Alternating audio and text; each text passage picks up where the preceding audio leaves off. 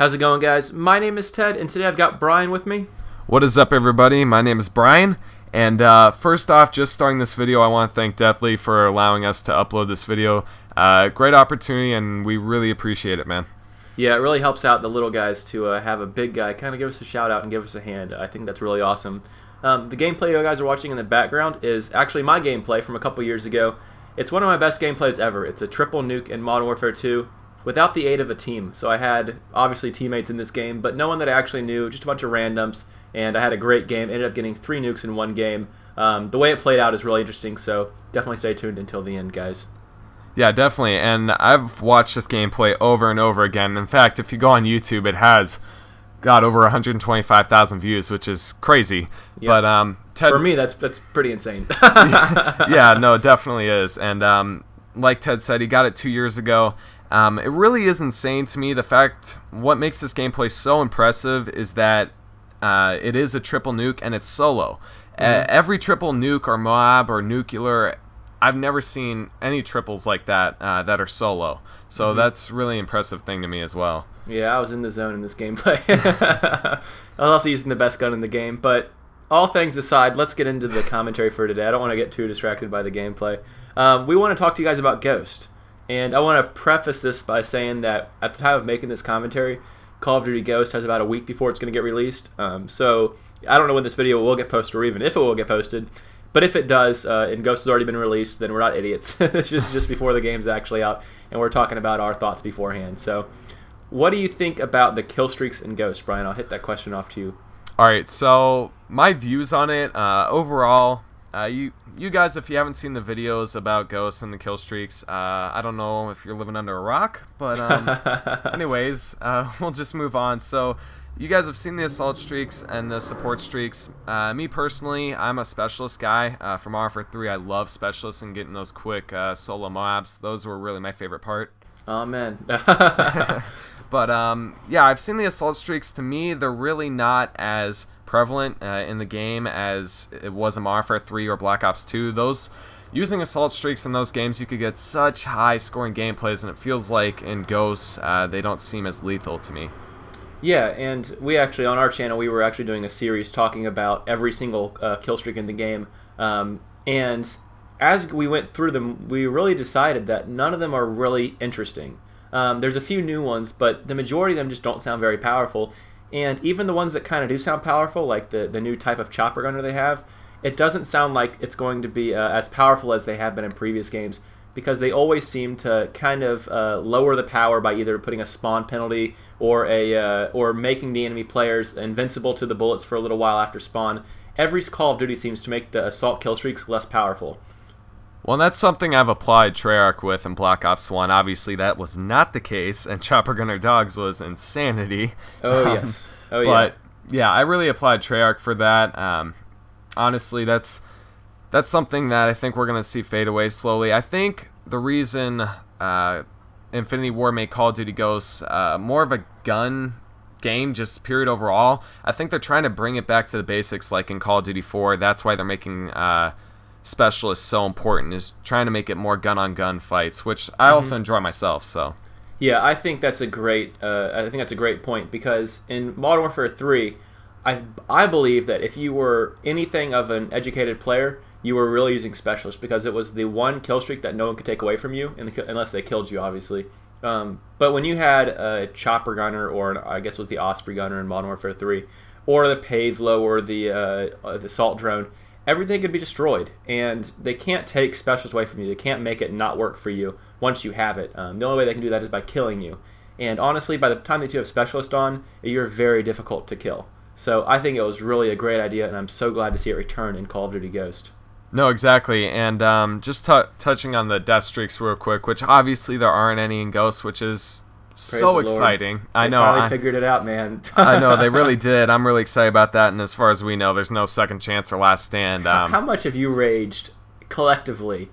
How many years of your life have you lost to stress, of painkillers, of martyrdom, of dead man's hand? I mean, whoever thought of these things needs to be shot. Well, I know, and Deathly, he deals with Painkiller and Modern Warfare 2, and Modern Warfare 3 to me with Death Streaks is obviously worse. Dead Man's Hand is horrible. And some Death Streaks I've understood, like Martyrdom, okay, I guess I can deal with that, or Hollow Points or Juiced, but I never really understood the idea of Dead Man's Hand or Last Stand. Those I mean, I guess they're trying to cater to newer players in the franchise, but I feel like they'll be better players if they don't have Death Streaks. They'll eventually learn how to play without them. I agree. I think that with Ghost, I'm glad to see that they're not bringing them back. But I do know that in previous Call of Duties, I can't remember what developer said it, but the main reason they initiated Death Streaks into the game was so that new players to the game had an advantage at some point throughout the game cycle. Even if they had to die 5 times to get Painkillers or to get Martyrdom, at least they had that advantage when they finally got it. And they could probably get a kill with that advantage of theirs. Right, exactly. I think it's dumb. Call of Duty, people don't really have fun in this game unless you do consistently well. I believe that you really have to spend time to do that. I don't think giving them a free kill through the use of Martyrdom or Dead Man's Hand is the best way to go about that. Well, exactly. And Dead Man's Hand, honestly, people get a nuke, at a 5 death streak, and I don't even get that until I get a 25 gun streak. I know. They basically blow up half and half with that stupid Dead Man's Hand. But I know. I don't play Modern Warfare 3 anymore, at least not as much, so thank God. I haven't run into that recently, at least. Now let's talk a little bit about our first day experiences with these new Call of Duties. Because I know every Call of Duty that I've gone to Midnight Release for, I've had a much different experience with every time when I play the game for the first time. So when you got Black Ops 2 on release day, what were your initial impressions of Black Ops 2? Well, to be honest, I didn't like my first game I played. Ted had the stupid idea of inviting me and throwing me into a demolition game my first game. Wait, did you play with me the first day? Yes. Dude, I played with you my first game. Oh my gosh. I know. Well, you invited me and you're like, Brian, I needed Demolition some help. is so good. You're like, Demolition is so good. I was like, oh, okay. And then I go double negative and we're getting spawn trapped. Oh my gosh. Well, okay, so you had probably, if we played the games together, then we probably had very similar first days. I hated the game. Black Ops 2, I could not stand the first day. I've actually liked it a lot more since then. I think nowadays it's one of the better Call of Duties. Don't hold it against me. It's personal opinion. But on the first day, I really could not stand the game. I could not do well to save my life, and maybe I just had been awake for too long, but I was not having a good day. Yeah, and me personally, I don't know. I'm more of a Black Ops 1, Modern Warfare 2 fan. Those are my favorite Call of Duties. Yeah, but those are good ones. Black Ops 2, probably one of my least favorites. I know Ted's going to hate me for this, but my least favorite would definitely have to be World at War. Ooh. Kill yourself. No, but I'm a World at War fan from way back. When you think about it, I remember the first day watching all these commentaries like Thunder and all these people saying Black Ops 2 is amazing. They got rid of Second Chance, they fixed Ghost, there's no death streaks, noob tubes don't blow you up. All these amazing good things, but the one thing that destroyed Black Ops 2 was the lag.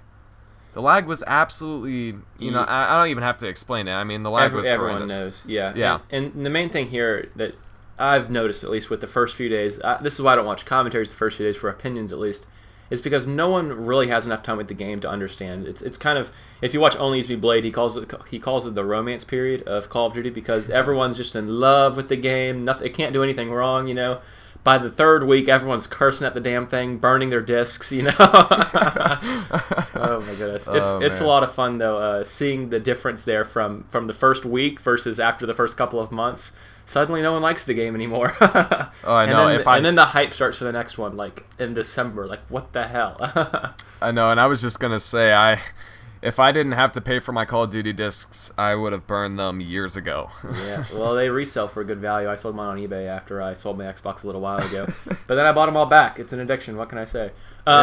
Anyways, we're getting near the end of the video here. I'm about going to get the third nuke, so that's kind of exciting. It's really clutch, though, guys.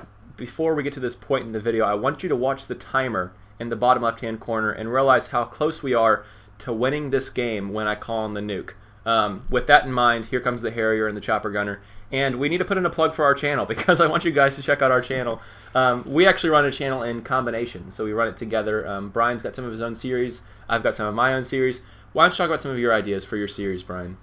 Alright, so previously I've been doing Modern Warfare 3 and Black Ops 2 just live commentaries. Some pretty nice gameplays for live com, I would say so myself, but I've also this week been playing a lot of Battlefield 4 because that's a new game, but I'm just going to be playing that for about a week, and then I'm going to be heading into Road to Commanders and live comms and gameplays and Call of Duty Ghosts. So yeah. Brian's really big on the live commentaries, and I'm really big on the rushing gameplays. I like running around, as you can see in this gameplay.